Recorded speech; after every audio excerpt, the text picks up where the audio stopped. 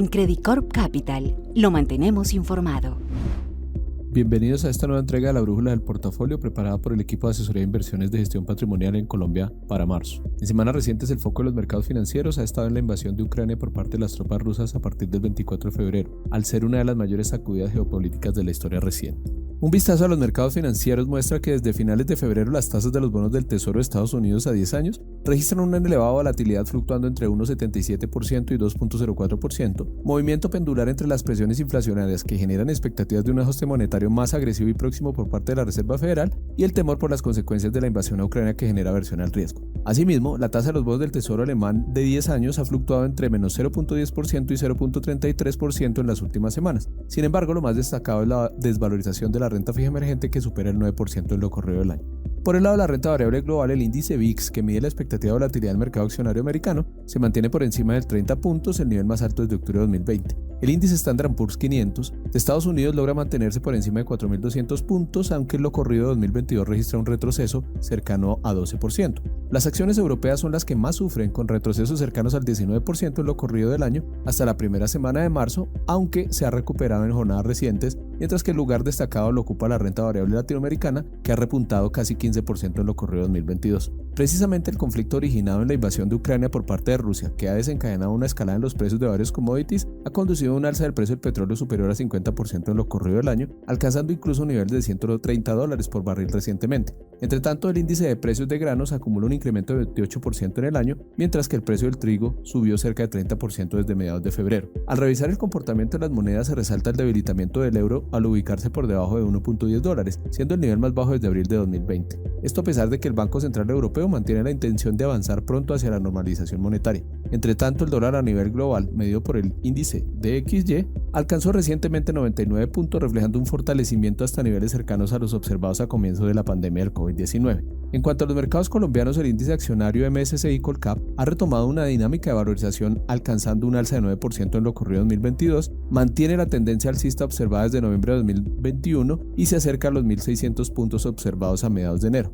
Los buenos resultados financieros de emisores como Bancolombia o Ecopetrol, sumado a las nuevas OPAs sobre Grupo Sura y Nutresa, apoyan este favorable comportamiento. Por su parte, la tasa de cambio USD COP exhibe una revaluación no anticipada hasta niveles alrededor de 3.800 pesos, su registro más fuerte en 6 meses. Por último, el mercado local de renta fija sigue afectado por el comportamiento negativo de la renta fija global y las nuevas sorpresas inflacionarias que impulsan las expectativas de incrementos más fuertes de las tasas de interés por parte del Banco de la República. Las tasas de mercado de los 3 a 2 años ya superan el 8,5%, mientras que el resto de los plazos se ubica entre 9 y 10%. Estos niveles tornan la deuda corporativa cada vez más atractiva, con tasas de 2 dígitos a mediano plazo en bonos con calificación AAA. Por otra parte, pese a que la situación macroeconómica global continúa muy afectada por la elevada inflación y el consecuente ajuste monetario en proceso por parte de la mayoría de bancos centrales del mundo, la invasión de Rusia a Ucrania y la fuerte tensión entre los países occidentales agrupados en la OTAN, que ha reaccionado imponiendo sanciones financieras y económicas a Rusia, ha provocado mayor incertidumbre, aunque no necesariamente un flight to quality como se esperaba el día del inicio de la invasión.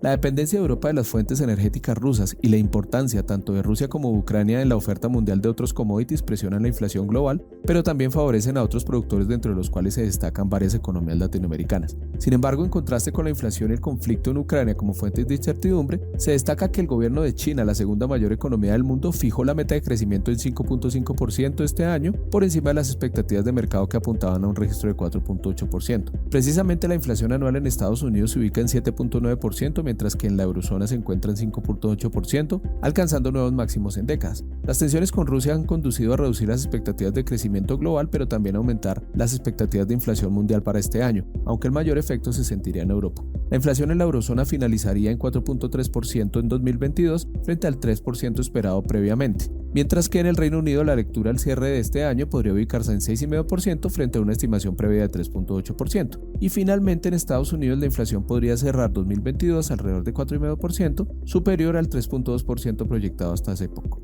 En el frente local, la inflación sorprendió nuevamente al ubicarse en 8,01%, siendo el mayor registro desde agosto de 2016, llevando a una revisión al alza de la expectativa de inflación para cierre de este año de 4,8% a 6%. mientras que la expectativa de tasa de política monetaria pasó de 6% a 7.75%. Por otra parte, en semanas recientes se conoció que el déficit en cuenta corriente de Colombia para el año 2021 se ubicó en 5.7% del PIB, el nivel más alto desde el primer trimestre de 2016. Este indicador contrasta con el buen comportamiento de la tasa de cambio, que se ha favorecido de los altos precios de petróleo y del carbón. Un hecho relevante es el inicio de la carrera presidencial el 13 de marzo con las consultas de las coaliciones que dejaron como vencedores a Gustavo Petro y Federico Gutiérrez, aunque todavía falta ver la reconfiguración de las coaliciones y la decisión de otros partidos que no participaron en esta consulta, ahora que comienza la carrera para la primera vuelta del 29 de mayo. Con respecto a las recomendaciones, finalizando el primer trimestre del año a pesar de la alta volatilidad y el riesgo geopolítico, mantenemos la sobreponderación en renta variable global, puesto que las utilidades corporativas continuarán robustas creciendo por encima de su tendencia a largo plazo.